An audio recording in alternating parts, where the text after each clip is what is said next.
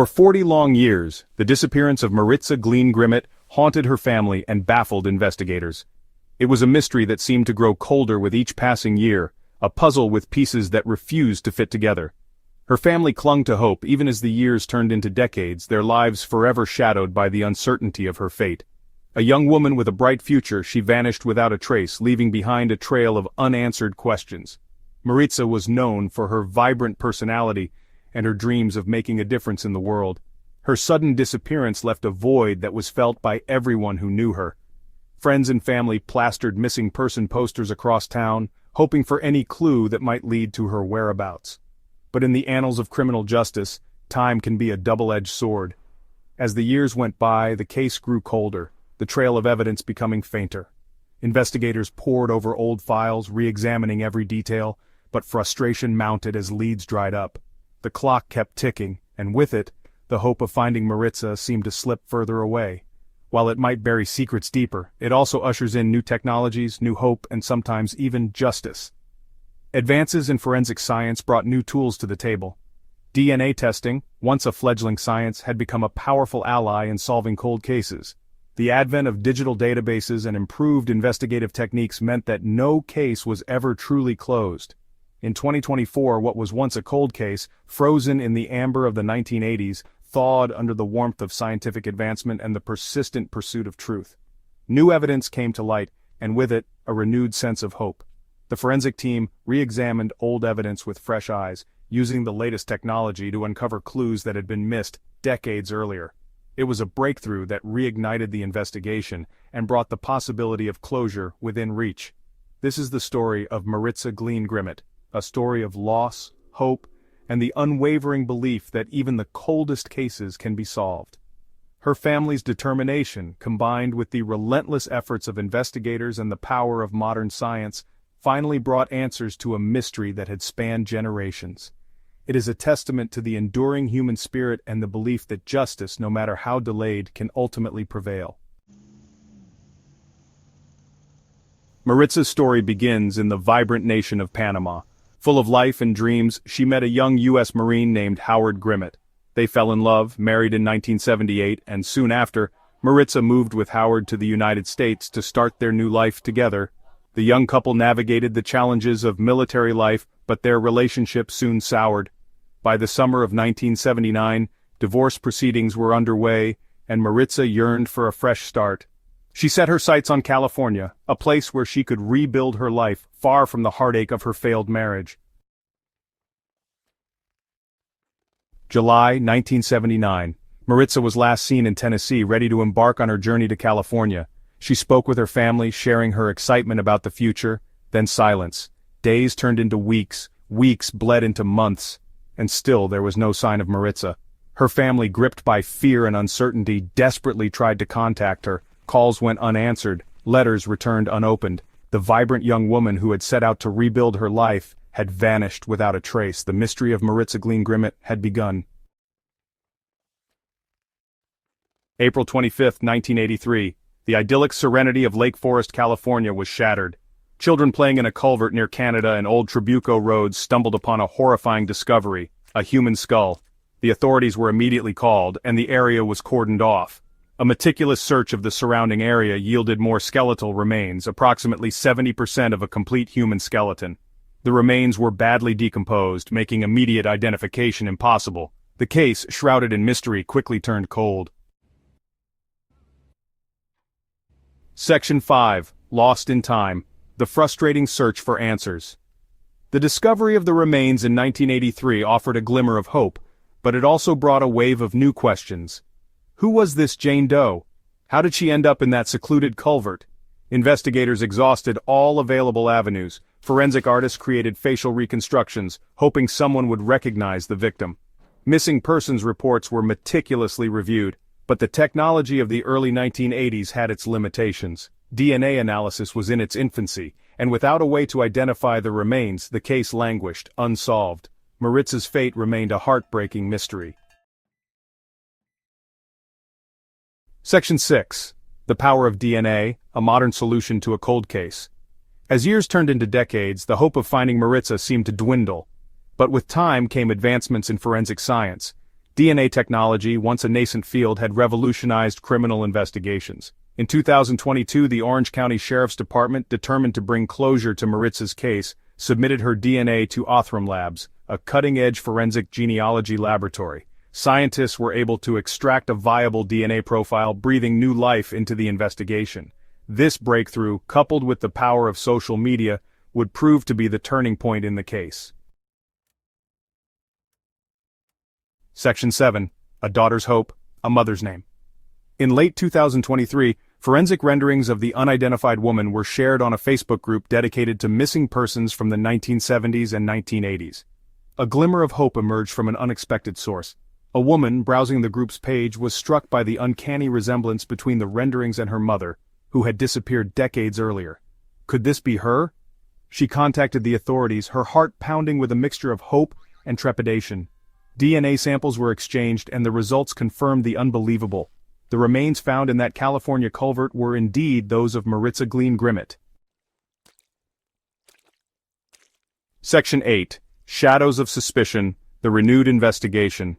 This chapter delves into the intricate details and unexpected twists that have emerged in the case of Maritza's tragic demise.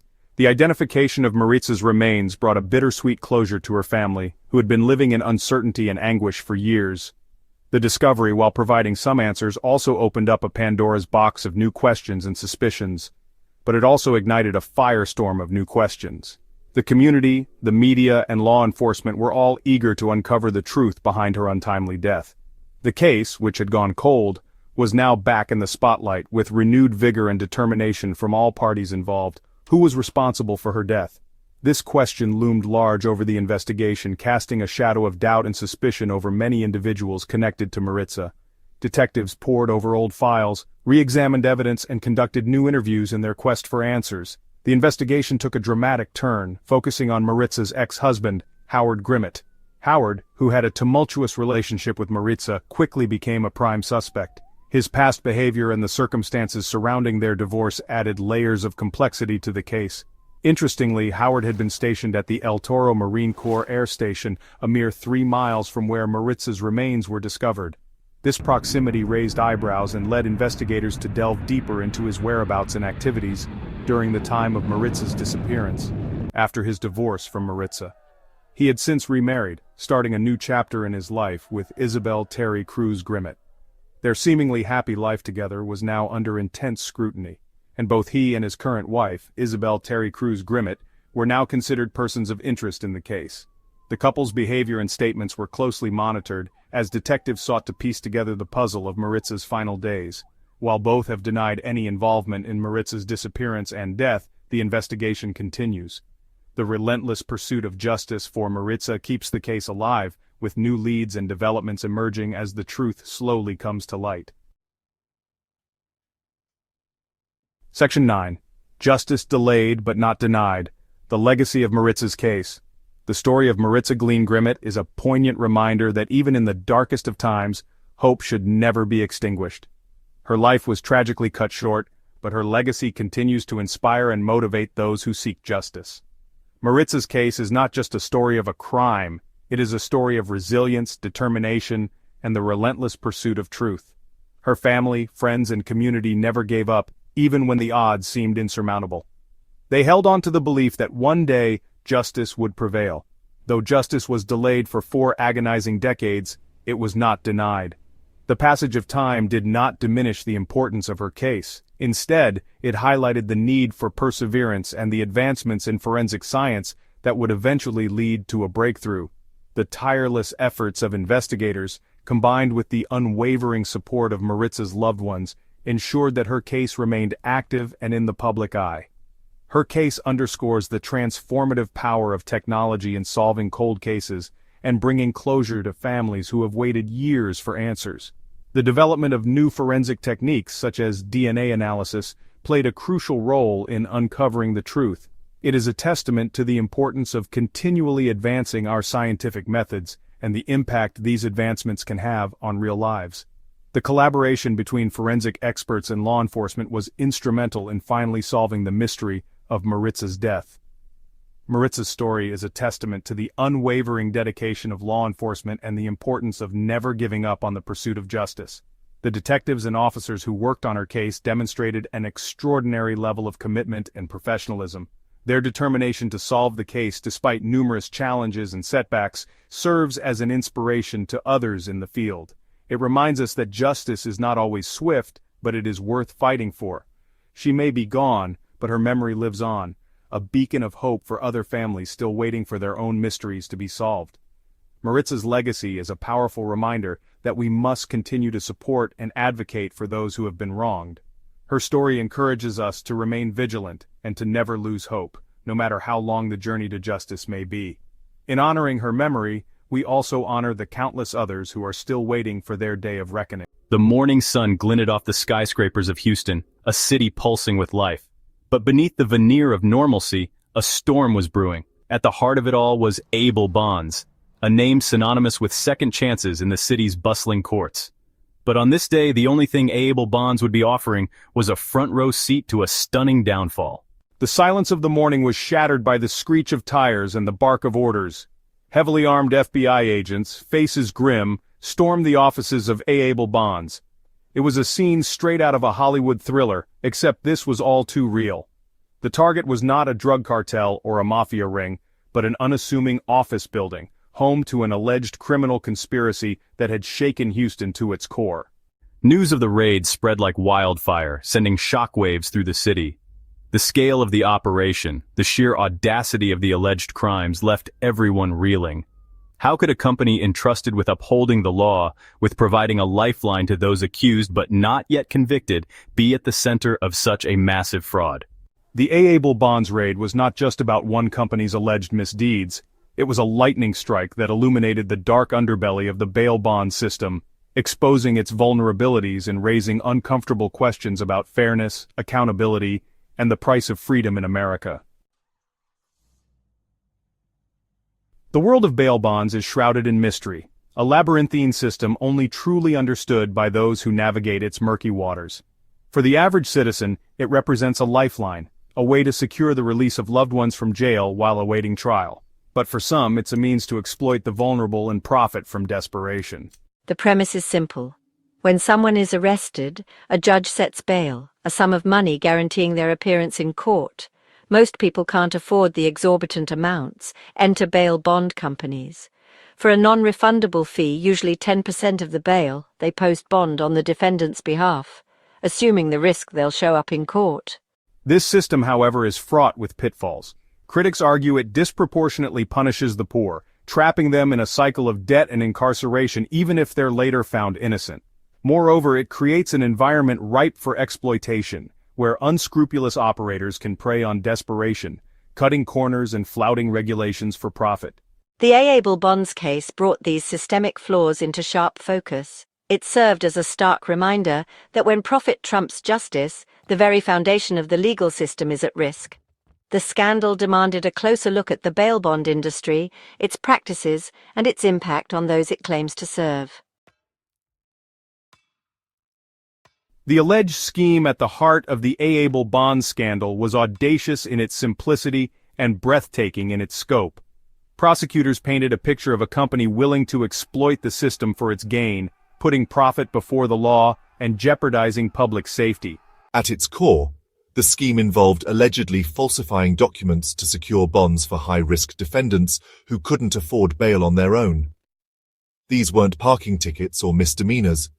These were individuals accused of serious crimes, deemed a potential danger to the community. Yet, Abel Bonds allegedly enabled their release, potentially putting the public at risk. The company allegedly fabricated pay stubs, manufactured employment histories, and even forged cosigner signatures.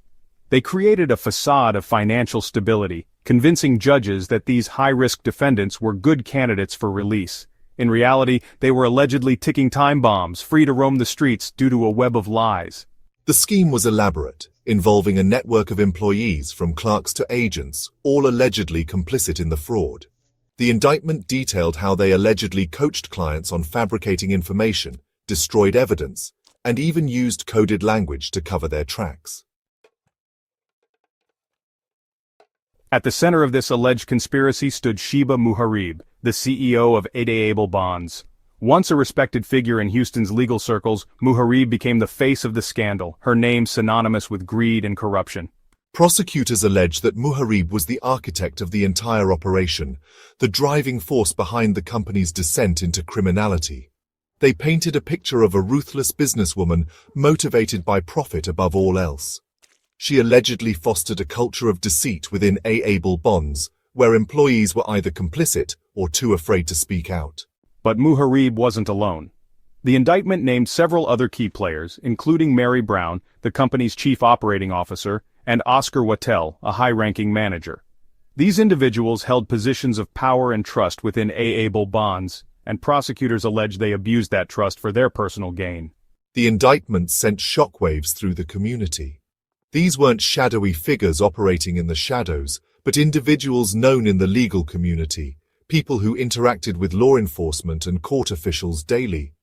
Their alleged involvement cast a long shadow over the entire bail bond industry, raising serious questions about its integrity and accountability.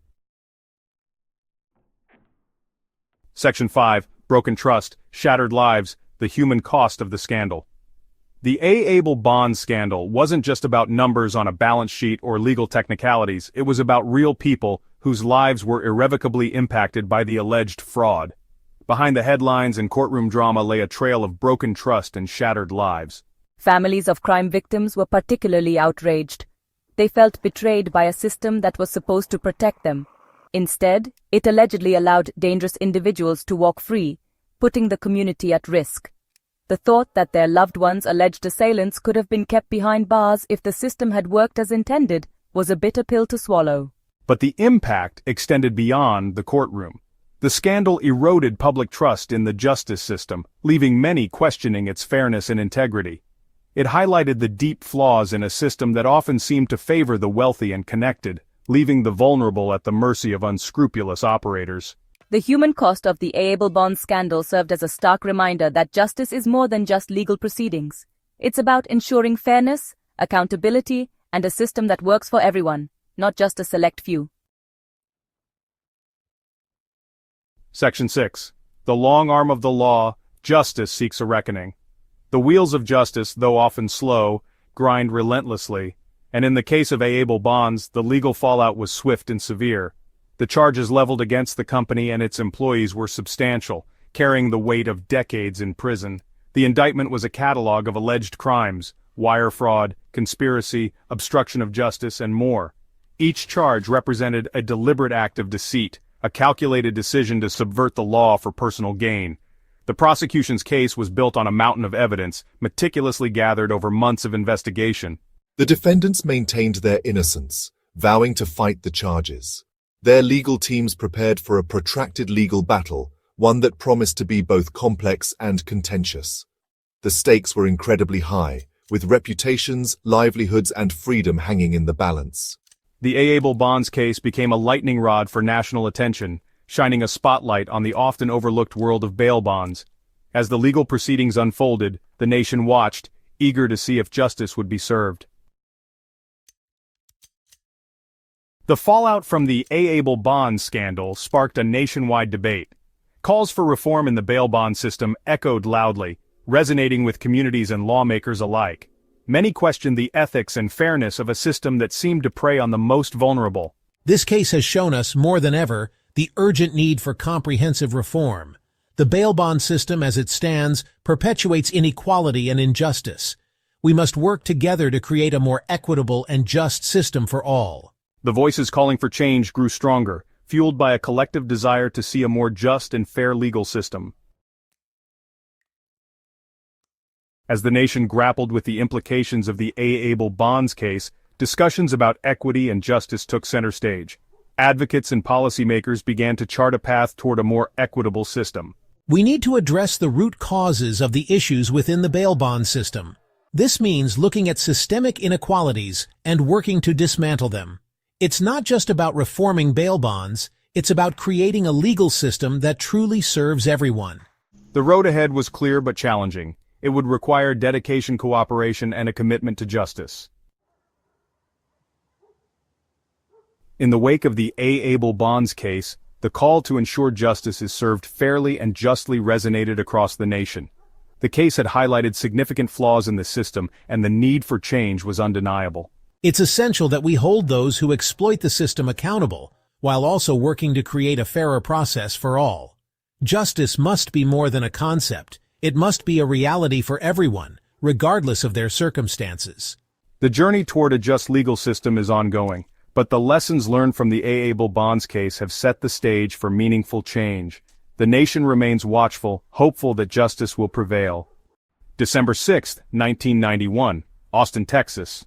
A night etched in darkness, forever remembered for a crime so horrific that it shook the city to its core. The yogurt shop murders. 4 innocent lives extinguished in a senseless act of brutality. A crime that, even after decades, continues to haunt the city and its people. This is not just a story about a crime, it is a story about loss, about the resilience of a community, and the unrelenting pursuit of justice. It's a story about the victims and their families, forever scarred by the tragedy, and it's a story that, even today, remains shrouded in mystery. Amy Ayers, 13, was the youngest of the victims. She was a bright and bubbly girl with a contagious laugh. Eliza Thomas, 17, was known for her kindness and her love for animals. Jennifer Harbison, 15, was a talented artist with a bright future ahead of her. Sarah Harbison, 17, Jennifer's sister, was a natural leader, popular and full of life. These were ordinary girls with extraordinary spirits, their lives brimming with hopes and dreams. They were daughters, sisters, friends, their absence leaving a gaping hole in the lives of those who loved them. On that fateful night, they were simply enjoying an evening out, their laughter and chatter echoing in the small yogurt shop, oblivious to the horror that awaited them. The first sign of something amiss was the fire. Flames engulfed the I-can't-believe-it's yogurt shop, casting an eerie glow against the night sky. Firefighters battled the blaze, their hearts pounding with each flicker of light, each plume of smoke. As the fire subsided, the true horror of the scene was revealed. Inside, amidst the charred debris and melted yogurt cups, lay the bodies of the 4 girls. They had been bound, gagged, and shot execution style. The brutality of the crime sent shockwaves through the community. The image of the burned shop, a grim monument to the tragedy, became seared into the city's collective memory. The investigation began immediately, a race against time to find the perpetrators of this heinous crime. The police worked tirelessly, following every lead, interviewing witnesses and meticulously combing the crime scene. The pressure was immense, the eyes of the nation on Austin, the cries for justice echoing from every corner.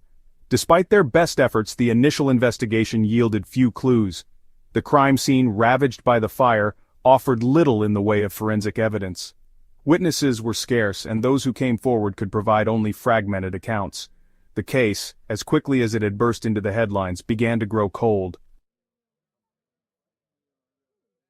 Section 5. False Hope and Shattered Trust, the Wrongful Arrests. Years passed, the pain of the families deepening with each passing day. Then, in 1999, a glimmer of hope. 2 men, Forrest Wellborn and Maurice Pierce, were arrested for the murders. Their confessions, coerced and riddled with inconsistencies, offered a false promise of closure.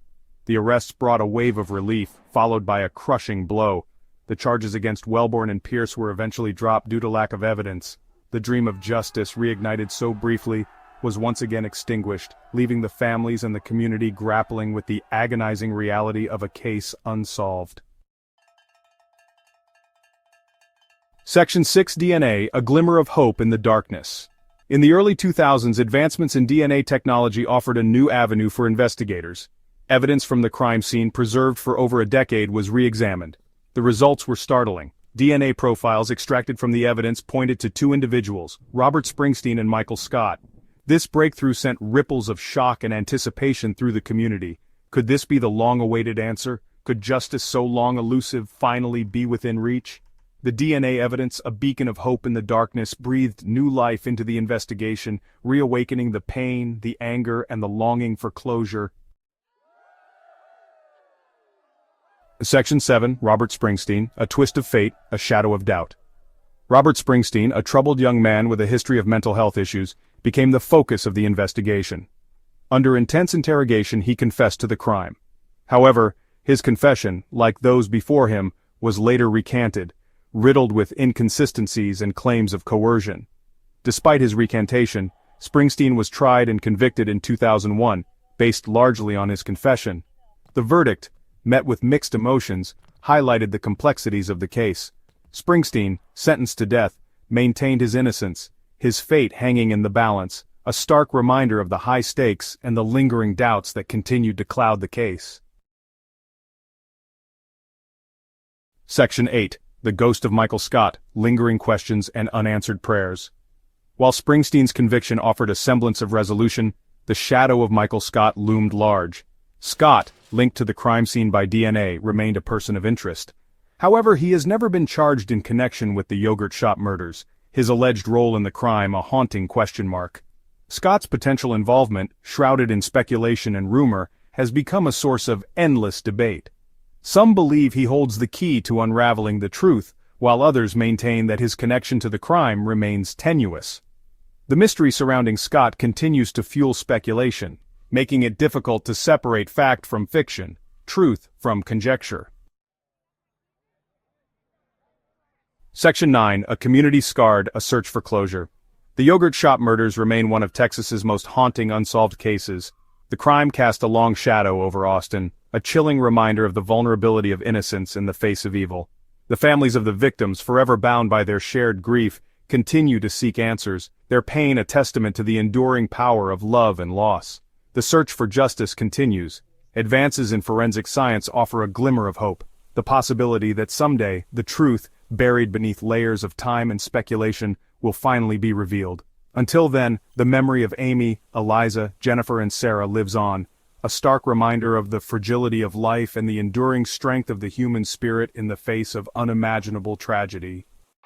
In March 1997, the world watched in disbelief as news emerged from a quiet suburb in Rancho Santa Fe, California. This serene and affluent community, known for its picturesque landscapes and luxurious homes, was suddenly thrust into the global spotlight. The shocking revelation came from a mansion where 39 bodies were discovered. These individuals were meticulously dressed in identical black shirts and sweatpants, with each body carefully arranged in a serene and almost ritualistic manner. They were members of Heaven's Gate, a cult that believed a spaceship trailing the Hale-Bopp comet would transport their souls to a higher level of existence. This belief was so strong that they willingly participated in a mass suicide, convinced that their deaths would lead them to a promised utopia.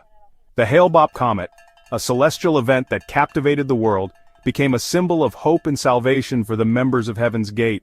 They saw it as a sign, a cosmic vehicle that would take them away from the suffering and confusion of earthly life.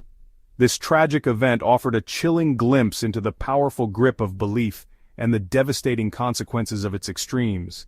It was a stark reminder of how deeply held convictions can lead to actions that defy logic and reason. The Heaven's Gate tragedy wasn't just a sensational headline, it was a deeply human story of individuals yearning for meaning and connection. These were people who, for various reasons, felt lost in the world and sought solace in the unconventional teachings of their charismatic leaders. The leaders of Heaven's Gate, Marshall Applewhite and Bonnie Nettles, offered a vision of transcendence and escape from the perceived evils of the world. Their teachings promised a new beginning, a chance to leave behind the pain and uncertainty of human existence. Their journey, though ultimately ending in tragedy, forces us to confront uncomfortable questions about faith, authority, and the human need to believe. It challenges us to understand the complexities of the human psyche and the lengths to which people will go to find purpose and belonging in an often confusing and chaotic world. The story of Heaven's Gate begins with its enigmatic leaders, Marshall Applewhite and Bonnie Nettles. Their journey is one of the most intriguing and tragic tales in the annals of modern cult history. Applewhite, a charismatic former music professor, had a magnetic personality that drew people to him. His deep, expressive eyes and commanding voice made him a natural leader. Nettles, a nurse with a keen interest in esoteric spirituality, met Applewhite in the early 1970s. She was fascinated by astrology and the metaphysical, which complemented Applewhite's own burgeoning spiritual quest. They quickly formed a powerful bond, believing they were destined to guide humanity towards a higher plane of existence. Their connection was almost instantaneous, and they felt a shared sense of purpose that transcended ordinary human relationships. Applewhite, who later adopted the moniker Dew, saw himself as a modern-day prophet. He believed he had a divine mission to fulfill, one that was revealed to him through a series of mystical experiences, and Nettles, known as T, was the spiritual anchor of their partnership. Together they began traveling across the United States, preaching a message of spiritual enlightenment and warning of an impending apocalypse. Their travels took them to various cities and towns, where they held meetings and gathered followers. They claimed to be extraterrestrial beings who had taken human form to share their wisdom and prepare a select few for a cosmic journey.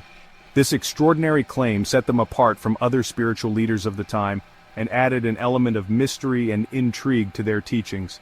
Their teachings, a blend of Christian apocalyptic themes and New Age beliefs, resonated with individuals disillusioned with mainstream religion and searching for deeper meaning in a rapidly changing world.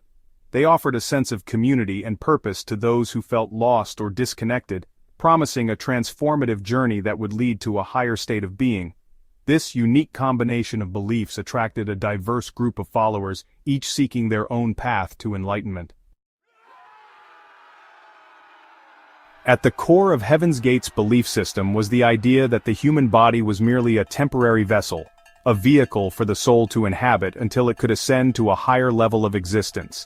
This concept, deeply rooted in Gnostic and Theosophical traditions, led them to adopt a highly disciplined and ascetic lifestyle. Members renounced all earthly possessions, adopted gender-neutral appearances, and adhered to strict dietary and behavioral regulations.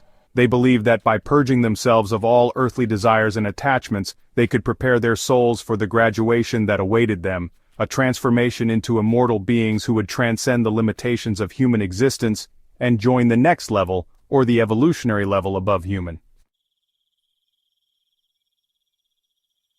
In 1995, the astronomical world was captivated by the appearance of Comet Hale-Bopp, a celestial visitor that blazed across the night sky, becoming visible even to the naked eye.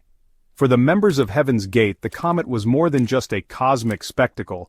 It was a sign, a harbinger of their imminent departure from Earth. Applewhite taught his followers that a spaceship was trailing the comet, hidden from the view of ordinary humans. This spaceship, he claimed, would transport the souls of those who were ready to the next level. The arrival of Hale-Bopp sent a wave of anticipation and excitement through the group, and they intensified their preparations for the exit they believed was imminent. In late March 1997, as Hale-Bopp reached its closest point to Earth, the world watched in awe. This celestial event, visible to the naked eye, captivated millions around the globe. But for one group, it signified something far more profound and ominous. The members of Heaven's Gate gathered inside their rented mansion in Rancho Santa Fe. This mansion, an otherwise unremarkable suburban home, became the stage for a tragic and meticulously planned event. They meticulously carried out Applewhite's instructions for their final departure. Each member, deeply devoted to their leader, believed they were on the brink of a monumental journey. Over 3 days, in groups, they ingested a lethal mixture of phenobarbital-laced applesauce and vodka, a concoction prepared with precision. This act was not one of despair, but of conviction, as they believed it was their gateway to a higher existence. Believing this ritual would release their souls from their earthly vessels, freeing them from the confines of their human forms. This belief was the cornerstone of their faith, a faith that promised transcendence, allowing them to board the waiting spaceship. This spaceship, they believed, was hidden in the tail of the Hale-Bopp comet, ready to take them to a new realm of existence. Each member was found lying neatly in their bunk beds, a scene of eerie calm and order. Their commitment to the cause was evident in the meticulousness of their final moments. Dressed in identical black tracksuits and Nike trainers, a uniform that symbolized their unity and shared purpose, their faces covered with purple shrouds. These shrouds, a final touch, were meant to signify their departure from this world. Beside each body lay a $5 bill and 3/4, a symbolic gesture meant to cover their interplanetary travel expenses, a poignant and tragic detail, a poignant reminder of their earthly existence they were leaving behind. These small tokens were the last remnants of their lives on Earth, now abandoned for a promised new beginning. The scene, carefully orchestrated and documented by the group themselves, was a testament to their unwavering belief. They left behind videos and writings explaining their actions and their faith, was a chilling testament to the power of belief and the tragic consequences of its distortion. This event remains one of the most haunting examples of how deeply held convictions can lead to devastating outcomes. The discovery of the Heaven's Gate suicides sent shockwaves throughout the world. The media descended upon Rancho Santa Fe, eager to unravel the mystery of the group and understand the motivations behind their chillingly calculated deaths. The tragedy sparked intense debate about the nature of cults, the dangers of charismatic leadership, and the vulnerabilities of individuals searching for meaning and belonging. In the aftermath, families grappled with the devastating loss of their loved ones, struggling to reconcile the memory of their family member with the chilling reality of their final act. The tragedy also prompted soul-searching within law enforcement and mental health communities, raising questions about how such a large group could slip through the cracks and whether anything could have been done to prevent the tragedy. The Heaven's Gate tragedy serves as a stark reminder of the complexities of human belief and the enduring power of the human need to find meaning and purpose, even in the face of adversity. While it's easy to dismiss the group's beliefs as irrational and extreme, their story forces us to confront uncomfortable questions about the nature of faith, the allure of charismatic leaders, and the vulnerabilities that make individuals susceptible to cult influence. The tragedy also highlights the importance of critical thinking, healthy skepticism, and open dialogue within families and communities. By fostering environments where individuals feel safe to question, explore, and seek help when needed, we can perhaps prevent future tragedies and offer support to those who may be vulnerable to the allure of extremist ideologies. What drives a person to kill? Not once, not twice, but again and again? A question that has haunted humanity for centuries.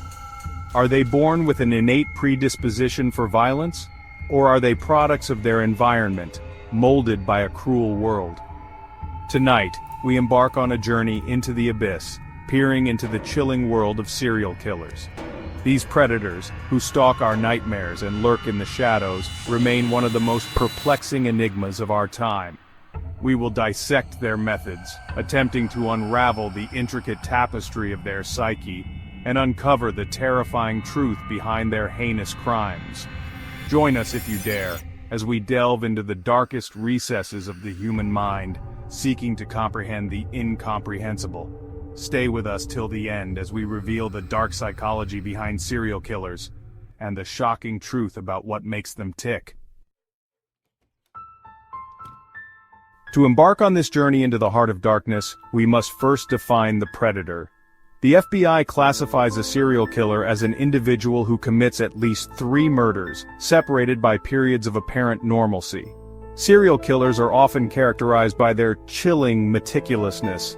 They plan meticulously, their actions dictated by a calculated logic. Some stalk their victims for weeks, studying their habits.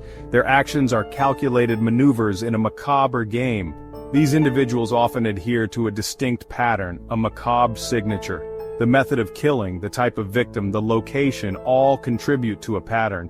Each kill serves a perverse need, a dark desire. For some, it is the intoxicating allure of power and control. For others, it is a grotesque form of pleasure, a dark manifestation of their sexuality. The specter of the serial killer has haunted the human psyche for centuries, woven into our collective nightmares. These predators are not a product of modern society but a darkness that has stalked humanity since time immemorial. From Jack the Ripper's legacy to the Zodiac Killer's cryptic messages, these figures captivate us. Their stories, passed down through rumors and headlines, remind us of the darkness lurking beneath ordinary facades. The question of what transforms a seemingly ordinary human being into a cold-blooded killer has perplexed criminologists, psychologists, and sociologists for decades. Is it a matter of nature, a predetermined path etched into the very fabric of their DNA? Or are they molded by the cruel hand of nurture, their souls twisted and warped by the trauma they experienced in their formative years? Some researchers point to genetic predispositions, arguing that certain individuals are born with a greater propensity for violence and aggression. Studies have shown that abnormalities in brain structure and function, particularly in areas associated with impulse control and empathy, may play a role in the development of violent behavior. Others argue that while genetics may lay the foundation, it is the environment that ultimately determines whether or not an individual will tread the path of a killer. Childhood trauma, particularly severe and prolonged abuse, neglect, and exposure to violence, can leave indelible scars on a young mind. Chapter 4. Inside the Labyrinth, the Mind of the Killer. To comprehend the enigma of the serial killer, we must venture into their minds. One typology divides serial killers into organized and disorganized. The organized killer plans meticulously and blends into society. Ted Bundy exemplifies this type.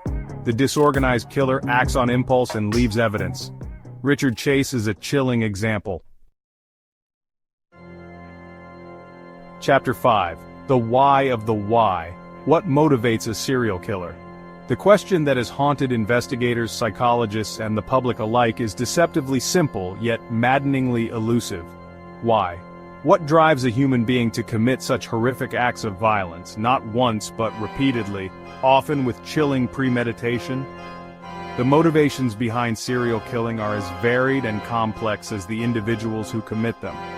For some, the driving force is a lust for power and control. They derive a perverse sense of satisfaction from dominating their victims, from holding the power of life and death in their hands. The BTK killer, who terrorized Wichita for decades, reveled in the fear and control he exerted over his victims and the city at large. Others are driven by a twisted sense of sexual gratification. For these individuals, killing becomes intertwined with their sexuality, a dark and disturbing manifestation of their desires.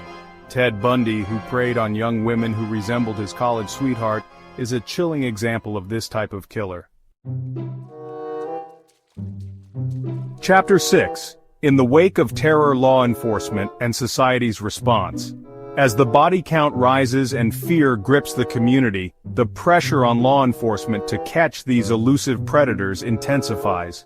The hunt for a serial killer is a race against time, a desperate scramble to connect the dots, decipher the patterns, and bring these individuals to justice before they can claim another victim. But tracking down a phantom is no easy task.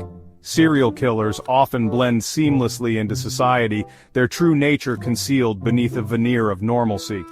Forensic science plays a crucial role in the pursuit of justice. From analyzing DNA evidence to identifying fibers and trace materials, forensic investigators work tirelessly to piece together the puzzle of the killer's movements and methods. Profiling, a controversial yet often invaluable tool, allows investigators to delve into the mind of the killer. By analyzing the crime scene, the victim selection, and the method of killing, profilers attempt to create a psychological portrait of the perpetrator. Outro: The study of serial killers is not for the faint of heart. It is a journey into the darkest recesses of the human soul, a confrontation with the unsettling reality that such monsters walk among us. But it is a journey we must undertake not to glorify their deeds but to understand them. For only by comprehending the darkness can we hope to protect the innocent from its grasp. If you found this exploration of the criminal mind as fascinating as it is disturbing, be sure to hit that like button and subscribe to our channel, and don't forget to turn on notifications so you never miss an episode of the Untold story. On a routine flight in 1971, a calm man with a bomb hijacked a plane, then vanished without a trace. This is the story of D.B. Cooper, the skyjacker who got away. The calm before the storm, the setting of the hijacking on. November 24th, 1971. A day that began like any other for the passengers aboard Northwest Orient Airlines Flight 305. There was no way to predict that they would become part of one of the most captivating and enigmatic criminal stories in U.S. history. The flight, traveling from Portland, Oregon to Seattle, Washington, was a typical domestic route, relatively short with no cause for concern. There were 36 passengers aboard and a crew of 6, including the captain, first officer, and flight attendants. If you love unsolved mysteries and thrilling crime stories, make sure to like this video, subscribe for more, and drop a comment. What do you think happened to D.B. Cooper? Among these passengers was an individual who would soon capture the nation's attention, known by the pseudonym D.B. Cooper. At the time, he was just another middle-aged man, dressed in a sharp suit, with neatly combed hair and an aura of quiet normalcy. But behind that calm demeanor was a carefully orchestrated plan, one that would shock everyone aboard the plane, as well as law enforcement and investigators across the country. The beginning of the hijacking was both subtle and dramatic. Cooper, who was seated in a rear window seat, first caught the attention of flight attendant Florence Schaffner when he passed her a note. Initially, Schaffner thought it might be a love letter, something innocent or even flirtatious. However, when she opened the note, it was clear that Cooper had far more sinister intentions. The note was brief, but its message was clear. He had a bomb in his possession and was demanding money, parachutes, and an escape route. "I have a bomb in my briefcase. I am hijacking this plane. I want $200,000, 4 parachutes, and a fuel truck standing by in Seattle to take me to Mexico City. Do not alert the authorities, or I will detonate the bomb." For Schaffner, this was a chilling moment. She did not alert the other passengers right away, but she discreetly passed the note to the cockpit crew. Within moments, the atmosphere in the plane began to shift. There was no immediate panic, but the gravity of the situation was starting to settle in. The calm nature of Cooper himself, however, seemed almost paradoxical. He was not aggressive or frantic. He was calm, collected, and precise in his instructions. The plan begins to unfold. The cockpit crew, upon receiving the alarming message, quickly contacted air traffic control. There was a sense of urgency, though no immediate panic, as the situation was contained so far to the plane's crew and flight attendants. Cooper, now fully in control of the situation, began to issue specific demands. He wanted $200,000 in unmarked $20 bills, 4 parachutes, and a fuel truck waiting on the ground in Seattle to refuel the plane for its journey to Mexico City. Cooper's knowledge of aviation and the way he spoke to the crew suggested that he was not an ordinary criminal. He appeared to know how to operate the plane, how air traffic control worked, and even how to communicate his demands without panicking. It was clear that he had thought this through. In the meantime, the airline worked quickly with authorities. The plane was instructed to remain in a holding pattern while officials scrambled to comply with Cooper's demands. The FBI was alerted, and negotiations began.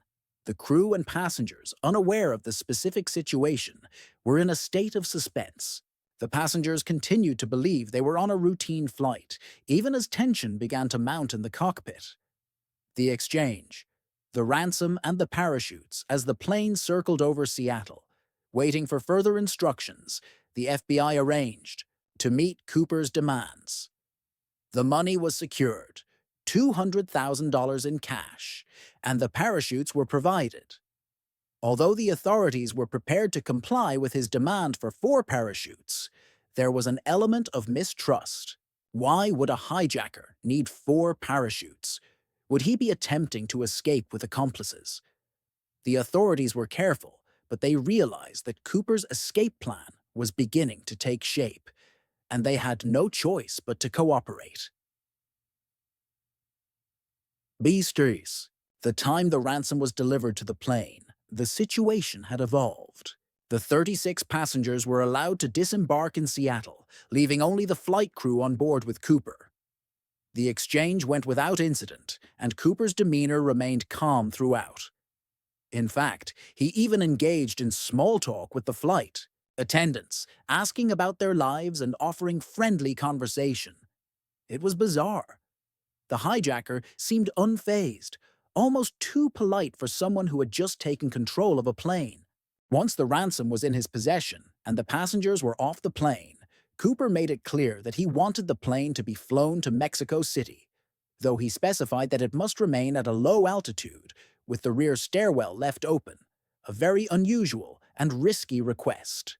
The crew followed his instructions, as they had no other choice but to comply. The escape and disappearance. The final moments, the plane's path to the unknown. At approximately 8:00 p.m. that night, as the plane flew over the rugged terrain of the Pacific Northwest, Cooper made his move. With the plane flying at a low altitude, around 10,000 feet, and at a speed of 200 knots, he opened the rear stairwell door. The crew didn't immediately realize what had happened. They had been focused on maintaining the plane's speed and altitude, as Cooper had demanded, when suddenly the aft stairwell door opened. There were no immediate sounds of chaos or alarm, which further added to the mystery. In fact, the flight attendants did not even know Cooper had jumped until later. As the crew worked to keep the plane in a steady and safe flight path, Cooper, in an act of extraordinary audacity, leapt into the cold night air, carrying the ransom money and a parachute. The plane continued to fly on autopilot for a short time, unaware that the hijacker was gone. The immediate response: a search begins. The crew quickly realized something was amiss. After ensuring that all of the remaining passengers were safe and accounted for, they began to check the plane's systems, looking for any signs that something had gone wrong. It was only then that they realized the rear stairwell had been opened. The plane was on a trajectory toward the Washington wilderness, and the crew had no idea whether Cooper had made it safely to the ground, or if he had simply perished in the freezing cold of the night. Authorities were immediately notified, and an intense search began, led by the FBI, local law enforcement, and military personnel. Despite the comprehensive efforts to locate Cooper, no trace of the hijacker was found. For years, the search remained unsuccessful. The wilderness of Washington's Cascade Range and the Columbia River were combed thoroughly, but the mountainous terrain, dense forests, and inclement weather made the search incredibly difficult. Despite a multi-year investigation and an extensive manhunt, there were no signs of Cooper's parachute or body. It was as if he had simply vanished into thin air. Over time, the authorities narrowed down possible landing zones, but all attempts to uncover any substantial evidence were fruitless. The investigation, theories, and suspects. The first leads in growing suspicion. After the hijacking, the FBI launched an intensive investigation. They compiled detailed descriptions of Cooper, based on interviews with the passengers and flight crew. These descriptions painted a picture of a man who appeared to be in his mid-40s, with a nondescript appearance. Witnesses described him as someone who seemed normal, even slightly unremarkable. This made it difficult to pinpoint a suspect based on physical appearance alone. One of the earliest leads came from a witness who had claimed to see Cooper on the plane speaking in a nonchalant manner, but these descriptions were inconsistent. Some witnesses thought Cooper had a foreign accent, while others thought he was more American. There was no conclusive evidence linking Cooper to any known criminals or individuals in law enforcement databases. By the time the investigation reached its peak, there were numerous theories and suspects, but no clear answers. The case became a wild mix of investigative work, public fascination, and amateur sleuthing. The investigation deepens. Suspects, leads, and challenges. The search for clues. What was left behind? Despite the dramatic and sudden nature of the hijacking, there were a few key clues that law enforcement clung to in the years following Cooper's disappearance. These pieces of evidence were critical in shaping the direction of the investigation, but they also revealed the complexities and challenges that the FBI would face in solving the case.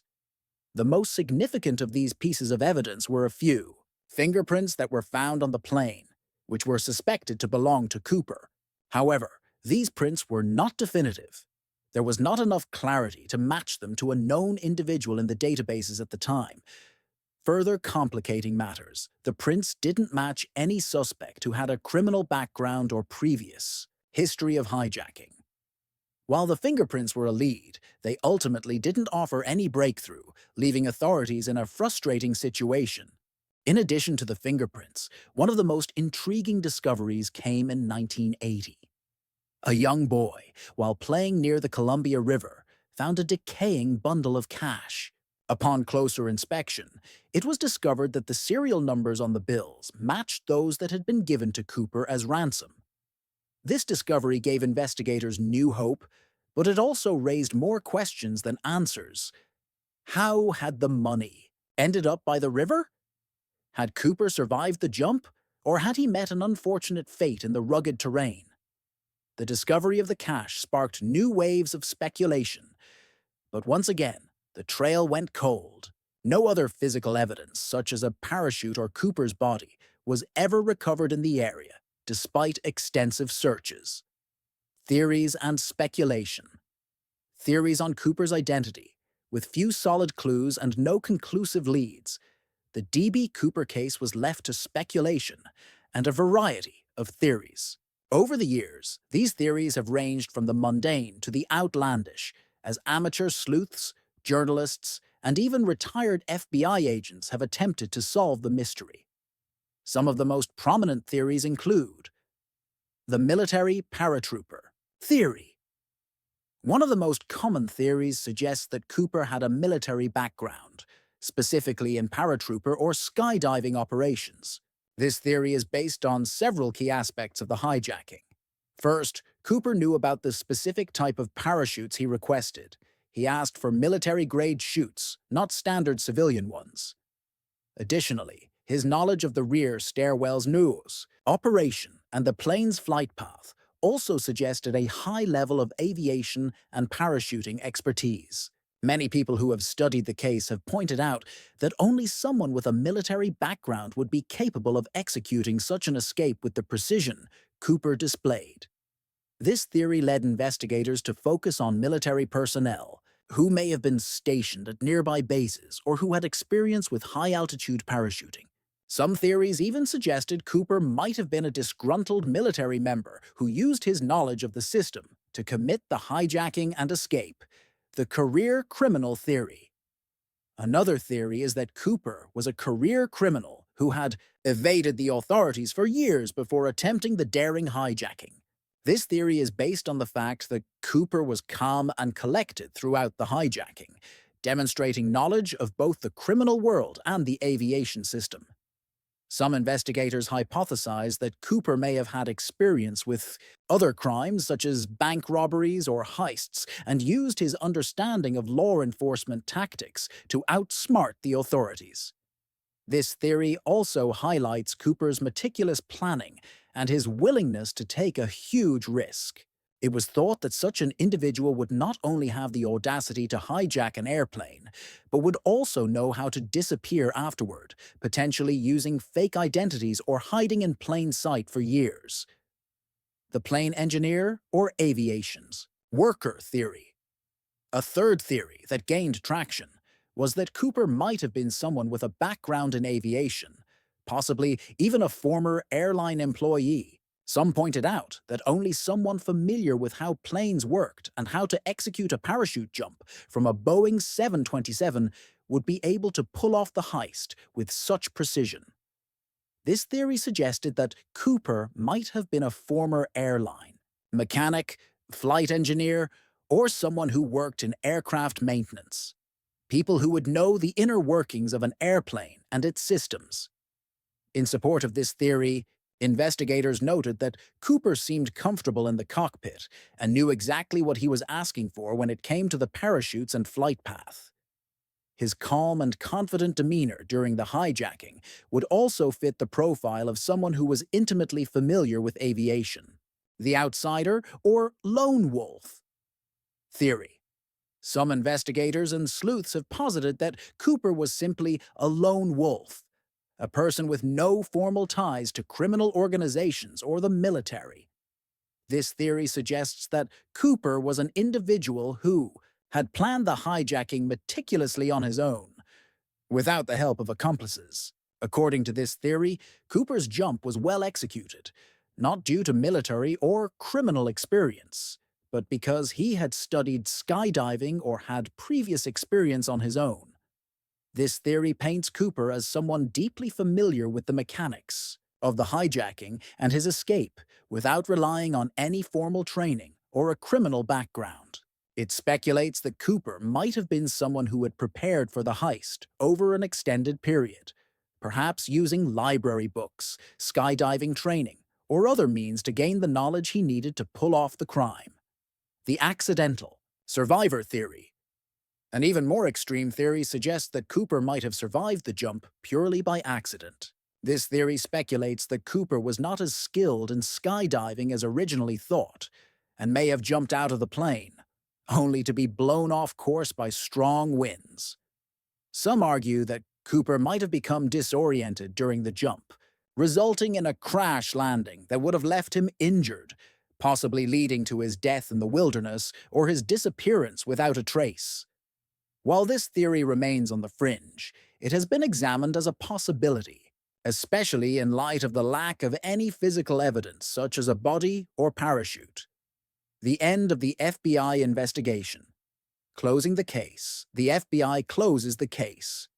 After decades of investigation, the FBI finally closed the case in 2016, formally, ending the pursuit of D.B. Cooper. Despite the extensive resources dedicated to solving the crime, Cooper's identity remained elusive. The FBI had investigated hundreds of suspects over the years, but none were conclusively linked to the hijacking. Ultimately, the Bureau decided that without new evidence, it would no longer actively pursue the case. However, despite the case being closed, interest in the mystery of D.B. Cooper did not die down. In fact, the conclusion of the investigation seemed to fuel public fascination even more. The legend of D.B. Cooper, the mysterious hijacker who had pulled off a daring escape and evaded justice for decades, only grew stronger. The ongoing popularity and cultural impact, the D.B. Cooper hijacking has remained one of the most enduring and captivating mysteries in U.S. criminal history. Over the years, the case has sparked books, documentaries, podcasts, and even a feature film. The story has become a symbol of the audacity and skill of the hijacker, as well as the complexities of criminal investigations. Cooper's ability to disappear without a trace has made him a legend in the realm of unsolved crimes. Amateur sleuths and crime enthusiasts continue to speculate on who D.B. Cooper really was. Every so often, new theories surface, often fueled by the release of new information or the discovery of old evidence. In 2017, for instance, a group of scientists and researchers revealed that they had examined the parachutes Cooper may have used in the hijacking and found potential clues that could lead to his identity. However, these findings have yet to result in any conclusive answers. Despite the uncertainty, one thing is clear. The legend of D.B. Cooper will not fade away. Whether Cooper survived and lived a secret life, or whether he perished in the wilderness, his story continues to captivate the imaginations of millions. The mystery of D.B. Cooper is likely to remain unsolved, and it will likely continue to intrigue generations to come. Legacy and conclusion D.B. Cooper's hijacking remains one of the most remarkable cases in criminal history, not because it was the largest heist, nor because it was the most dangerous, but because of the sheer mystery surrounding it. A man, with calm and calculated precision, executed one of the most audacious criminal acts in American history, and simply vanished. Decades of investigation, thousands of pages of evidence, and countless theories have failed to uncover his identity. The case itself speaks to the complexity of human nature, the desire to outwit the system, to escape, and to leave behind nothing but a trail of questions. Whether D.B. Cooper was a skilled criminal, a former military paratrooper, or an ordinary man who pulled off an extraordinary crime, he remains an enigma. The legend of D.B. Cooper endures, both as a symbol of the daring heist and as a reminder of how some mysteries, no matter how deeply they are investigated, may never be solved. A quiet flight turned into a nightmare. On the afternoon of November 24, 1971, Northwest Orient Flight 305 took off from Portland, Oregon, en route to Seattle, Washington. It was a routine flight with 36 passengers and 6 crew members on board, all unaware of the drama that was about to unfold. The aircraft, a Boeing 727-100, was an ideal choice for a hijacking due to its unique rear stairwell, a feature that would later play a crucial role in the story. The man who would soon be known as D.B. Cooper was dressed in a business suit, a neat tie, and dark sunglasses. He blended in well with other passengers. With his dark hair, neat appearance, and calm demeanor, Cooper didn't seem out of place. He ordered a bourbon and soda from the flight attendant, a common drink for many travelers at the time, and settled in for the short flight.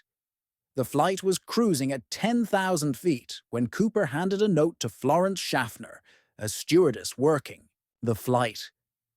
At first, she thought it was just a casual request, but when she opened the note, it was a startling demand. The note read, "I have a bomb. I want $200,000 in cash, 4 parachutes, and a fuel truck standing by in Seattle to take me away." Schaffner took the note to the cockpit immediately, and upon showing it to the captain, William Scott, the decision was made to comply with Cooper's demands in hopes of saving lives. The plane was diverted to Seattle-Tacoma International Airport, where authorities began to prepare for the unusual hostage situation. Police and FBI agents set up a perimeter, and the flight crew was informed that Cooper had requested a rendezvous on the tarmac.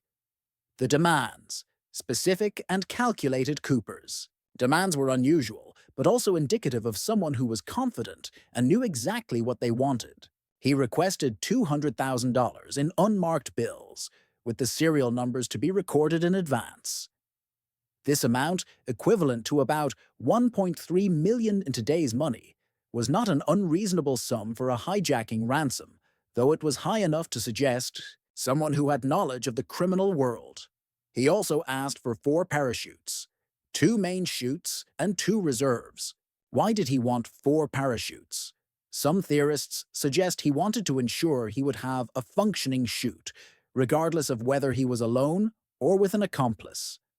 Another possibility is that he was simply being cautious, covering all his bases in case something went wrong during the jump.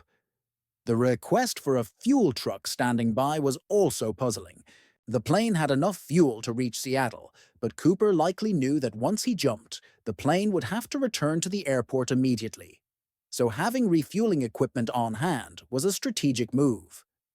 Once the plane landed in Seattle, Cooper released 10 of the 36 passengers, leaving behind a skeleton crew of flight attendants and 2 pilots. Cooper allowed the passengers to leave unharmed, showing a strange sense of control and calm in the midst of the hijacking. The plane takes off. Again, Cooper's calmness, once. The ransom was delivered and the parachutes were provided, Cooper told the remaining flight crew what they needed to do. He insisted that the plane take off again, this time bound for Mexico City, flying at a low altitude.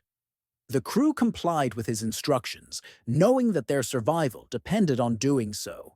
The Boeing 727 took off again, with Cooper now in full control. The pilots were instructed to keep the plane flying at about 10,000 feet and to maintain a slower than usual speed, likely to allow Cooper to jump off. Cooper kept to himself, and only when the plane was over a remote stretch of land did he act. After a few hours of flying, he signaled to the crew that he was ready to make his escape. He opened the rear stairway door, an unorthodox move for a hijacker. The 727's rear stairs were not commonly used in such incidents and would have been a very difficult exit point for anyone who wasn't familiar with the aircraft's design. But Cooper seemed to know exactly what he was doing. As the plane was cruising over the dense, forested terrain of the Pacific Northwest, Cooper made his move. the crew reported a sudden drop in pressure in the cabin. Moments later, they realized that Cooper had parachuted out of the aircraft into the night. The hijacking was over. The FBI investigation, early challenges, the immediate response. Once the plane landed in Reno, Nevada, the FBI was immediately on the scene, preparing to investigate what had just happened. Authorities began to carefully piece together the details of Cooper's escape. The challenge was that, aside from the ransom money, there were no physical traces of Cooper. The lack of forensic evidence made the investigation even more difficult, and as time passed, the frustration only grew. Within days, the FBI began to track down possible suspects, starting with individuals who had criminal backgrounds or a history of hijacking. They also focused on potential connections to skydiving experts or former military personnel. The FBI's initial theory was that Cooper had parachuted into the wilderness, and they immediately began organizing search efforts in the remote areas over which the plane had flown. The search efforts, the FBI, along with local law enforcement, and search teams scoured the forests and mountains of Washington and Oregon for any signs of Cooper. Despite their efforts, they found no trace of the hijacker or the parachutes he had used. One of the key challenges they faced was the rough terrain, which made it nearly impossible to search effectively. In the following weeks, the search was expanded to include the Columbia River and other waterways in the area. Yet again, no concrete evidence surfaced. The lack of a body, parachute, or any remains was perplexing. Over time, it became clear that Cooper's escape had been meticulously planned, and he had managed to vanish without a trace. Theories and possible suspects, unraveling the mystery suspect profiles. Key individuals. Considered, over the years, dozens of individuals have been named as possible suspects in the D.B. Cooper case. These suspects were often chosen because of their backgrounds, behavior, or coincidences that made them stand out in the investigation. However, none of these individuals were conclusively linked to the crime. Richard McCoy, the skyjacker who may have been Cooper Richard McCoy, a man who successfully hijacked a plane in 1972, was one of the most prominent suspects. McCoy's crime, while similar to Cooper's, was carried out less skillfully. However, some believed McCoy may have been Cooper, especially considering the similarities between the two crimes. Both hijackers demanded similar ransoms and parachutes, and both used planes to escape. McCoy, however, was caught after a few days, and the FBI cleared him of being Cooper after his death. Kenneth Christiansen, the ex-pilot who fit the profile. Another key suspect was Kenneth Christiansen, a former Northwest Orient Airlines employee. Christiansen had the knowledge of the airline system, the plane, and the mechanics of skydiving. He was also described as having a similar physical build to the composite sketch of Cooper. His brother, a retired detective, publicly suggested that Christiansen might have been the infamous hijacker. However, no concrete evidence ever confirmed this theory. L.D. Cooper, the relative of the hijacker. A more recent theory brought attention to L.D. Cooper, a man who was purportedly related to D.B. Cooper and who had a strange connection to the crime. Some believe that the hijacker may have been a distant relative of this individual, using the name D.B. as an alias. While this theory gained some traction, it remains largely speculative. The ongoing public fascination and cultural legacy. The D.B. Cooper case has become a part of American folklore. The mystery surrounding his identity, his daring heist, and his seemingly flawless escape have kept the story alive in popular culture. Books, documentaries, podcasts, and even movies have centered on the case, creating an enduring legacy. Despite the FBI's official closure of the case, in 2016, amateur sleuths, conspiracy theorists, and journalists continue to dig for clues. New theories are proposed, and old leads are re-examined.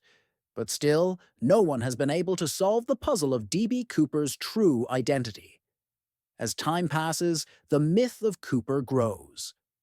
The notion of a man successfully carrying out a heist, jumping from a plane in the dead of night and vanishing into the wilderness, has inspired generations of crime enthusiasts. Cooper's name has become synonymous with daring escapes and unsolved mysteries. Certainly, let's expand further with more in-depth chapters, giving a detailed exploration of the case, its theories, and all of the critical components. These subsections will add significant breadth to the narrative, and we'll dive deep into different perspectives and theories related to D.B. Cooper's identity and escape. Historical context. The Golden Age of Hijacking. Hijackings and aviation in the 1970s. The D.B. Cooper case took place during what is often referred to as the Golden Age of Hijacking. The 1970s were a turbulent time for aviation security. Hijackings were disturbingly common, with numerous high-profile cases occurring over the decade. This climate of fear and uncertainty helped set the stage for the daring Cooper hijacking. The rise in airline hijackings during this era was, in part, due to the relative ease with which criminals could commandeer a plane. In the early days of commercial air travel, airports and airlines had minimal security measures, and passengers often had access to the cockpit or were allowed to bring on items that would today be strictly forbidden, including firearms, knives, and explosives. This period saw some of the most audacious heists in aviation history, including hijackings by terrorists, criminals, and even political activists. The most notable example was the case of the Black September hijacking of a plane in 1970, a terrorist attack that was followed by the hijacking of multiple planes in the United States. As a result, hijackings became somewhat commonplace, although the D.B. Cooper hijacking was unique due to its level of planning and execution. Cooper's heist was notably different from many of the other hijackings of the time. Whereas some were politically motivated, Cooper's hijacking appeared to be a purely criminal act, motivated by money, and perhaps by the thrill of the heist itself. The Boeing 727, a plane. Designed for escape, the Boeing 727, the aircraft used in the Coopers. Hijacking was a relatively new model at the time. It had features that made it both an ideal tool for hijackers and a unique target for D.B. Cooper. Most significant was the plane's rear stairway, which allowed Cooper to escape mid-flight. Unlike other planes, the 727's design allowed passengers and crew to exit through a rear door while the aircraft was in motion, which played directly into Cooper's plan. While the plane's rear stairway was not widely known outside of aviation circles, it had become infamous after Cooper's escape. This unique feature has since been incorporated into many discussions about the hijacking, as it gave Cooper a means of escape that few would have considered possible before. At the time, the 727 was widely used for short to medium-range flights, and its popularity in the commercial aviation industry meant that many people were familiar with its design. Cooper's precise knowledge of this plane's systems suggests that he might have had a background in aviation or a deep understanding of how commercial planes worked. The ransom. A deliberate financial request. The money. A specific demand. For Cash DBB, Cooper's demand for $200,000 was specific, and it reflects a precise understanding of what he needed for his escape. The $200,000 was requested in unmarked $20 bills. While this amount may seem modest in comparison to modern heists, it was a significant sum in 1971, roughly equivalent to $1.3 million today when adjusted for inflation. The fact that Cooper requested unmarked bills was both a calculated choice and an obstacle for investigators. Unmarked bills are much harder to trace than serial numbered bills, which could be used by the authorities to track the ransom's movement. By requesting cash that had no identifiable markers, Cooper made it far more difficult for authorities to trace his movements, or even determine where the money ended up after the hijacking. This detail has sparked much discussion. Some believe that Cooper's careful planning was meant to avoid being caught at any cost. Others suggest that Cooper may have simply known that authorities wouldn't be able to track the money, and therefore he demanded it to ensure his own safety. The parachutes, ensuring a safe exit. The request for 4 parachutes was another important aspect of the hijacking. At first glance, it might seem excessive. Why would a hijacker need 4 parachutes? Theories abound as to why Cooper made this unusual request. One explanation is that he wanted to ensure that if something went wrong during his escape, he would have a backup. It also ensured that there was no suspicion cast on his intentions if he were to jump with a parachute, as most hijackers would not request such an item if they were planning a straightforward getaway. Additionally, some have speculated that Cooper may have had an accomplice, and thus the request for 2 reserve parachutes might suggest that he was planning to share the equipment. While there's no direct evidence of an accomplice, it remains a possibility that Cooper had a partner who assisted in the planning of the hijacking. The FBI did investigate the types of parachutes Cooper requested, and it was found that he asked for civilian-style equipment, not military-grade parachutes. This suggests that he was familiar with skydiving, or at least had access to someone who could provide the necessary equipment for a safe descent. The escape, a daring jump into the unknown, the descent. The physics of Cooper's escape, the most fascinating and mysterious part of the D.B. Cooper case was, without a doubt, the actual jump. Cooper exited the plane at night, somewhere between Portland and Seattle, with no visible signs of struggle or failure. He successfully bailed out of the plane into the cold night air in the dense wilderness without leaving any physical trace behind.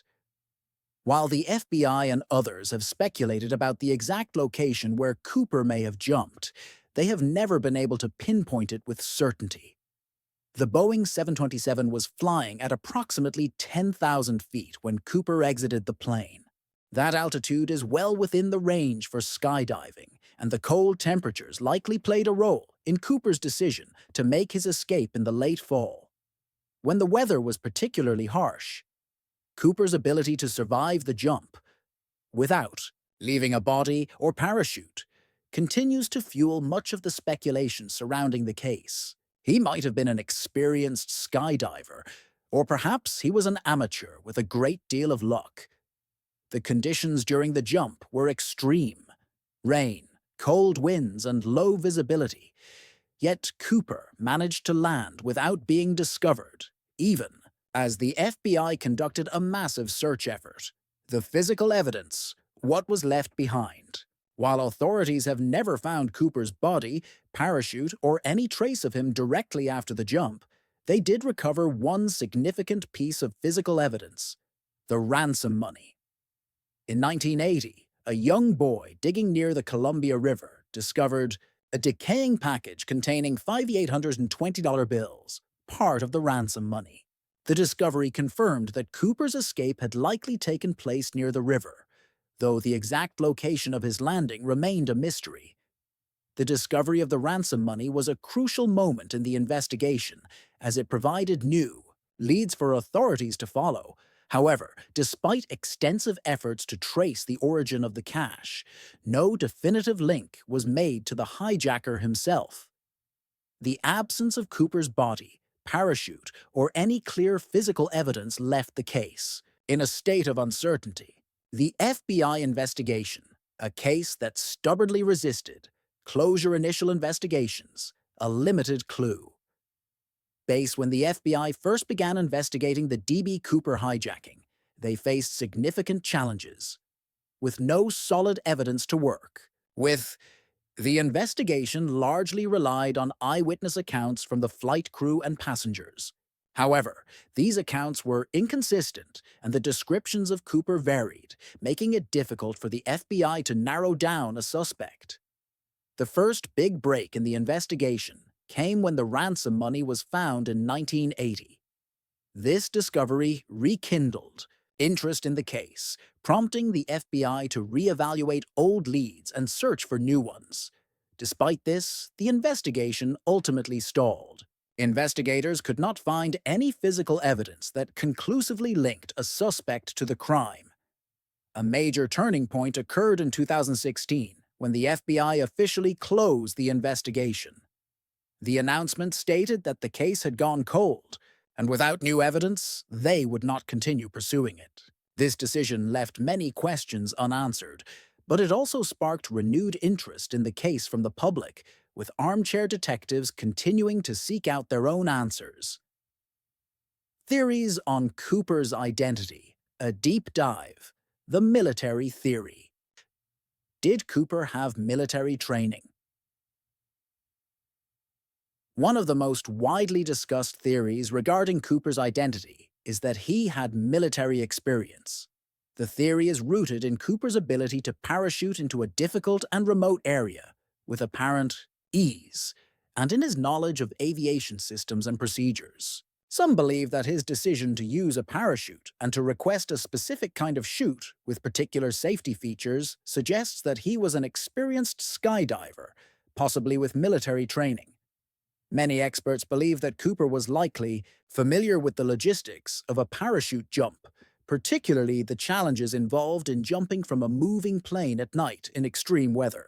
Some theorists suggest that Cooper could have been a former member of the military who was familiar with airborne operations.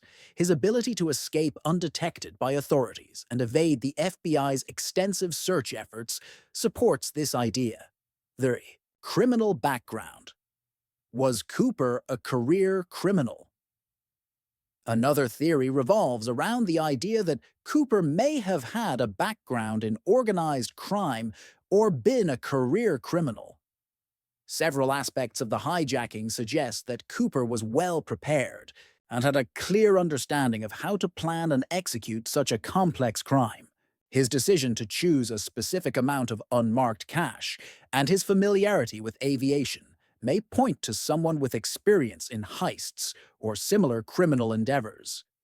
The careful execution of the crime, the choice of the specific flight, and the calculated escape suggest that Cooper was no amateur.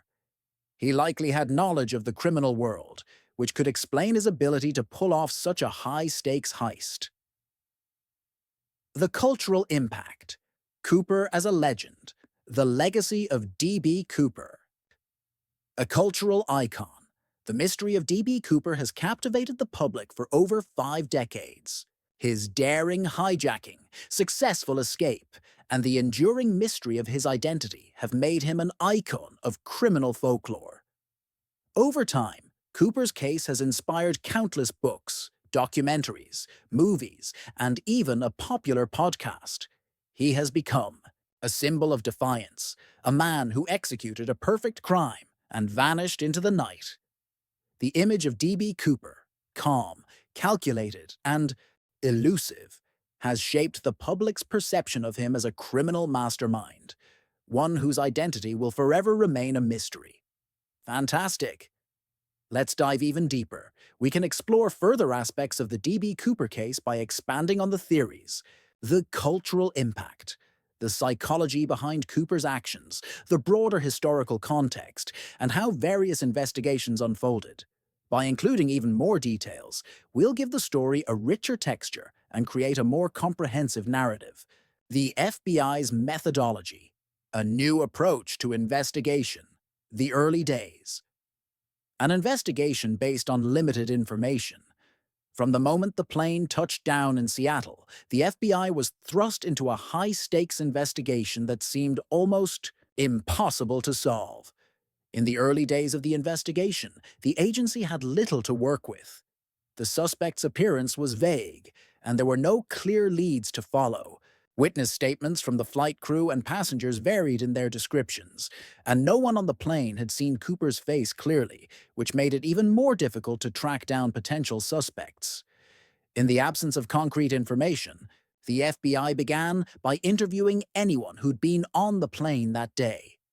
Flight attendants, passengers, and ground staff all became part of the puzzle. Despite all these interviews, the only piece of useful evidence was the note Cooper had passed to the flight attendant. Though the note had given the FBI a glimpse into Cooper's mindset, his clear demands and knowledge of how to handle such situations, the lack of physical evidence left the agency with little more than a few hunches. A limited scope, the X, early FBI theory. In the early stages of the investigation, the FBI followed a fairly standard procedure for investigating hijackings. They began by looking for potential suspects with backgrounds in criminal activity, particularly those with previous hijacking offenses or knowledge of skydiving and aviation. The agency also investigated the possibility that Cooper could have been a disgruntled former airline employee, which would have explained his familiarity with the aircraft. Additionally, the FBI hypothesized that Cooper may have had military training. After all, his ability to survive a nighttime jump with no visible signs of failure suggested that he had some experience in airborne operations. The investigation's early theory revolved around these possibilities, but it quickly became clear that the case would be far more complicated than anyone had imagined. The anatomy of a hijacking. Breaking down the plan Cooper's premeditation. How he planned the perfect crime. One of the most remarkable aspects of the D.B. Cooper case is the apparent level of premeditation involved. Cooper's crime was not a spur-of-the-moment decision. It was meticulously planned. His knowledge of the plane, the parachutes, and even the amount of ransom he requested indicates that he was not a common criminal, but someone who understood how to execute a heist with precision. It's been suggested that Cooper likely spent time studying the logistics of the Boeing 727, as well as the safety procedures of the airline. His demands for unmarked bills were not random. They were specifically chosen to avoid easy traceability. The choice of parachutes was similarly strategic, ensuring that Cooper had the best chance of surviving the jump. Even the selection of the flight was deliberate. Northwest Orient Flight 305 was a regular service between Portland and Seattle, which would have been familiar to Cooper. It also took place at night, giving him the cover of darkness and over an area of dense forest, which was ideal for a successful getaway. The jump. Cooper's escape in detail. Let's take a closer look at the physics of Cooper's jump from the Boeing 727. Cooper's decision to open the rear stairwell door and leap out of the aircraft is still one of the most debated elements of the case.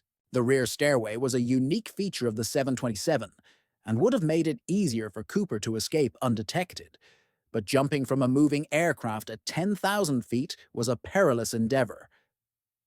The temperature at that altitude would have been well below freezing, and the winds were likely to have been strong and turbulent. Despite these harsh conditions, Cooper executed the jump without any visible complications. The fact that he did not leave behind a parachute, body, or other physical evidence only adds to the mystique. Was he truly an expert skydiver? Or did he possess an incredible amount of luck? One critical point that has puzzled investigators is the lack of a parachute strap. Skydivers typically release the straps to facilitate a safe descent, but no evidence of this strap was found. It suggests that Cooper either removed it intentionally or it simply fell off during his descent, as the dense forest area may have impeded an effective search. Some experts argue that he may have also planned for an emergency landing, making the lack. The autumn air was crisp, a gentle reminder of the changing seasons. The leaves were just beginning to turn, painting the city in hues of red, orange, and gold. October in Washington, D.C. is usually a time for vibrant colors and political buzz. The city, known for its historical significance and bustling activity, was alive with the usual anticipation of fall. But the year 2002 brought a different kind of chill to the capital. It wasn't just the cool breeze that sent shivers down spines. It was a pervasive sense of dread that settled over the city like a dark cloud. It started subtly, a whisper of unease, a creeping fear that something was amiss. People went about their daily routines, but there was an undercurrent of anxiety, a feeling that something terrible was about to happen. Then, the unthinkable happened. A sniper, lurking in the shadows, began a reign of terror. Shots rang out, seemingly random, each one claiming an innocent life. The city was under siege, held captive by an invisible enemy. No one knew who would be next. The fear was palpable, spreading like wildfire through the streets of Washington, D.C. People looked over their shoulders, their eyes scanning for any sign of danger. The simplest errands, pumping gas, walking to the car, even mowing the lawn, became fraught with terror. The sniper could be anywhere, hidden in plain sight. The city held its breath, united in fear. Panic bloomed, a dark flower spreading its tendrils through the city. People were afraid to go about their daily lives, their routines disrupted by the constant threat of violence. Schools were closed, events were canceled, and the streets that were once bustling with activity became eerily quiet. The vibrant colors of autumn were overshadowed by the grim reality of the situation. The community, known for its resilience, was brought to its knees by an unseen assailant. Law enforcement worked tirelessly, but the sniper remained elusive, a ghost in the urban landscape. The media coverage was relentless, each new report adding to the collective anxiety. The city was a powder keg, ready to explode at any moment. Families huddled together, seeking solace in each other's company. Conversations were hushed, and every loud noise made hearts race. The sense of community was strong, but so was the fear that gripped every resident. The sniper's reign of terror was a dark chapter in the city's history, a time when the vibrant life of Washington, D.C. was overshadowed by fear and uncertainty. But through it all, the spirit of the city endured, a testament to the resilience and strength of its people. As the days turned into weeks, the city remained on edge, but there was a growing sense of determination. The people of Washington, D.C. were not willing to let fear dictate their lives. They stood together, united in their resolve to reclaim their city from the grip of terror. The simplest acts of defiance, going to work, attending school, enjoying a walk in the park, became symbols of resilience. The sniper's shadow loomed large, but it could not extinguish the light of the community's spirit. The city of Washington, D.C. would eventually emerge from this dark period, scarred but stronger.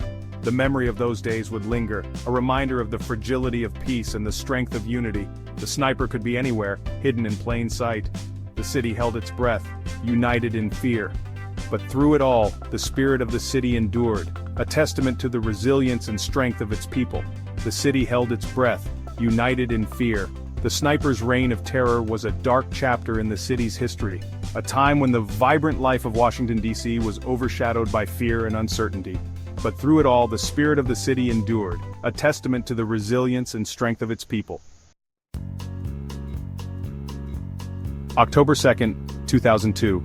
A day that would mark the beginning of a terrifying chapter in the history of Washington, D.C. and its surrounding areas. A date etched in the memory of every Washingtonian. The city was bustling with its usual energy, people going about their daily lives unaware of the impending horror. It began like any other day. The sun rose, casting a warm glow over the city. Commuters hurried to work, children went to school, and the rhythm of life continued as usual. But at 5:05 p.m., a shot pierced the air outside a busy shopping center in Wheaton, Maryland. The tranquility of the day was shattered in an instant. James D. Martin, a 55-year-old program analyst, was struck down while loading groceries into his car. He had just finished his workday and was preparing to head home. He became the sniper's first victim. The community was in shock, grappling with the sudden and senseless loss of a beloved member. At first it seemed like a random act of violence, a tragic incident, but perhaps an isolated one. The police began their investigation, looking for clues and answers. Tragic, but sadly not uncommon in a major city. People hoped it was an isolated incident, a one-time occurrence that would soon be resolved. But then the next day, another shot rang out. The fear that had begun to settle in the hearts of the residents was reignited. This time, the victim was James L. Buchanan, a 39-year-old landscaper, shot while mowing a lawn in Rockville, Maryland. He was simply doing his job, unaware of the danger lurking nearby. The seemingly random nature of the attacks, the clean, distant shots, the lack of any apparent motive, all pointed towards a chilling possibility that these were not isolated incidents. This was no ordinary crime. The precision and cold calculation suggested something far more sinister. This was the work of a sniper, a methodical, remorseless killer who had begun a reign of terror that would grip the region in fear. Over the next few days, the body count rose. Each day brought a new attack, a new victim. A taxi driver filling his tank at a petrol station. A woman vacuuming her minivan. A man sitting on a bench reading a book. The sniper was relentless, striking with chilling precision, always from a distance, always leaving no trace. The attacks weren't confined to any one area. They spanned across Maryland, Virginia, and the District of Columbia. The randomness, the seeming lack of pattern, only amplified the terror. The sniper was a ghost, moving unseen, striking without warning. The city was paralyzed, living under the shadow of death. The fear was palpable. It hung heavy in the air, a suffocating blanket over the city. People were afraid to leave their homes. Schools were closed, businesses shuttered. The streets were eerily deserted, the usual hustle and bustle replaced by a tense, fearful silence. Those who did venture out moved with a hurried anxiety. They hugged buildings, avoided open spaces, their eyes constantly scanning the rooftops, searching for any sign of the sniper's nest. The simplest tasks, once mundane, were now imbued with a terrifying risk. Every trip to the grocery store, every commute to work could be their last. Amid the fear and chaos, the police were working tirelessly to catch the sniper. The investigation was massive, spanning multiple jurisdictions. Thousands of tips poured in, but most led nowhere. The sniper seemed to be always one step ahead, a phantom leaving no trace. Then came a breakthrough. At the scene of one of the shootings, the police found a chilling message, a tarot card, the death card, with the words, "Call me God," scrawled on it. This, finally, was a clue. The message, a twisted plea for recognition, gave investigators their first real lead. It also added a terrifying new dimension to the case. This wasn't just about killing, it was about power, about playing God. Section 6. Unmasking the Snipers, a Twisted Partnership. The Call Me God note led investigators to a chilling discovery. The sniper wasn't one person, but two. John Allen Muhammad, a 41-year-old Gulf War veteran, and Lee Boyd Malvo, his 17-year-old protege. Their twisted relationship, a toxic mix of manipulation and control, would become a key element in understanding the horrific crimes. Muhammad, the mastermind, had molded Malvo into his accomplice. He trained him in marksmanship, instilled in him a warped sense of loyalty, and ultimately used him as a tool in his deadly game. Malvo, young and impressionable, became a willing participant, eager to please his father figure.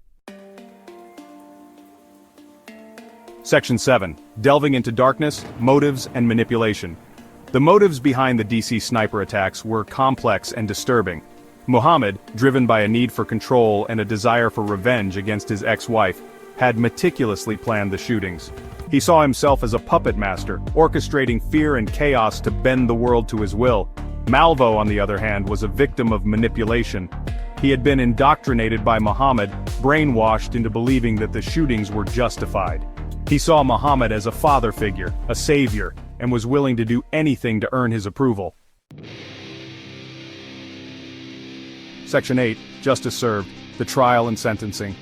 The capture of Muhammad and Malvo brought a collective sigh of relief across the nation. The reign of terror was finally over. The trial that followed was a media sensation, the nation captivated by the chilling details of the case. Muhammad, representing himself, maintained a cold, defiant demeanor throughout the trial. Malvo, however, showed remorse, his testimony offering a glimpse into the psychological manipulation he had endured. In the end, both were found guilty. Muhammad was sentenced to death, while Malvo received 6 consecutive life sentences without the possibility of parole. Section 9. Scars on a Nation, the Enduring Legacy. This chapter delves into one of the most harrowing periods in recent American history, a time when fear and uncertainty gripped the nation. The DC sniper attacks were not just a series of random acts of violence, they were a calculated assault on the very fabric of society. The DC sniper attacks left an indelible mark on American society. The aftermath was a period of mourning and reflection, as the nation grappled with the senseless loss of life and the chilling realization that such terror could strike so close to home. The random acts of violence carried out with such cold precision shattered the sense of safety that many had taken for granted. Streets that were once bustling with life became scenes of chaos and fear. The fear that gripped the nation was palpable. Public spaces emptied as people stayed indoors, afraid to venture out. The constant media coverage only heightened the sense of dread, as every new report brought fresh waves of anxiety. The chilling realization that evil could lurk in the most unexpected places, it was a wake-up call. The attacks forced a re-evaluation of security measures and a deeper understanding of the vulnerabilities that existed within society. The attacks led to increased security measures with heightened vigilance at public events and a more visible police presence. These changes, while necessary, also served as a constant reminder of the new reality that the nation faced. A heightened sense of vulnerability permeated everyday life. People began to look over their shoulders more often, and families took extra precautions to secure their homes. The sense of invulnerability that many had felt was irrevocably shattered. The lasting impact on the national psyche was profound. Many sought psychological counseling to cope with the trauma, while others found themselves glued to the news, unable to look away from the unfolding horror. But they also revealed the resilience of the human spirit. In the face of terror, communities came together, offering support and solace to those affected. The attacks, while devastating, also brought out the best in people. In the face of terror, communities came together, offering support and solace. Candlelight vigils were held, and volunteers worked tirelessly to provide food and blankets to those in need. The sense of unity was a beacon of hope in a dark time. The victims, though gone, would never be forgotten. Their lives, tragically cut short, served as a stark reminder of the fragility of life and the need to cherish every moment. Their lives, tragically cut short, served as a stark reminder of the fragility of life. Families and friends gathered to honor their memories, holding framed photos and laying fresh flowers at their grave sites.